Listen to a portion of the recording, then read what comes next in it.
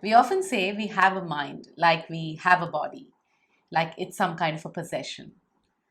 However, when we are emotional, say when angry, we say, I am angry, I am sad, I am nervous. By using the term I am, we are identifying with that emotion, which obviously becomes a fodder for, say, overthinking.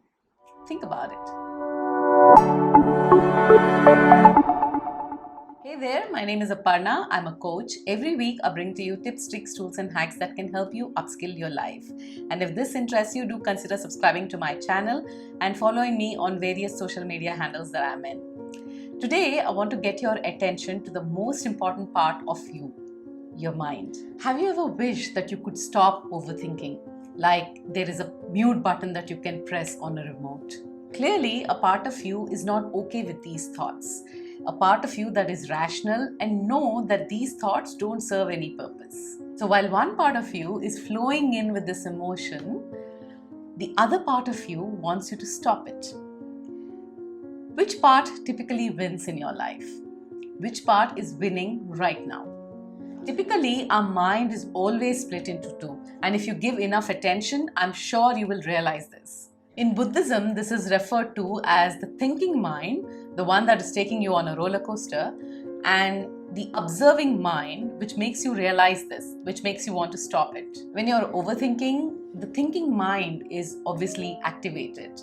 But the more we strengthen our observing mind, the more we will be capable of handling our own emotions. But we cannot switch our emotions on and off that easily. So what can we do to detach ourselves away from our emotions, especially when we are flowing in it?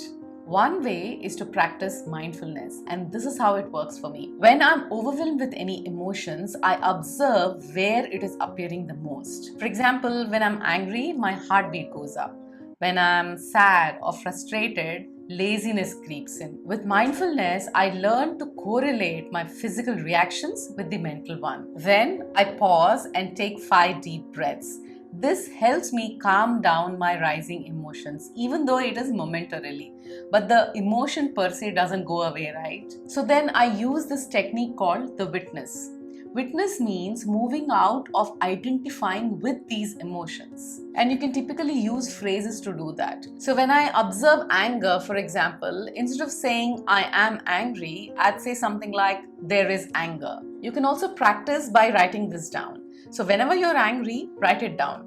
But instead of writing down I'm angry, write down there is anger. I am angry, there is anger. See the difference? Both mean the same, yet see the difference in the position. By using the phrase there is, you are detaching yourself from that emotion. And you do it enough number of times, it will become a habit. Witness, as I said before, is moving out from identifying with that emotion. It's like stepping back and observing them with acceptance and without judgment.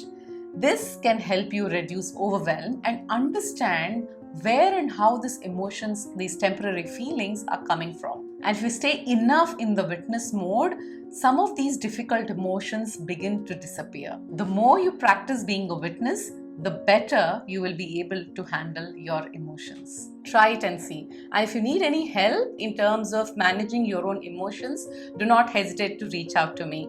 I'd like to end today with this quote.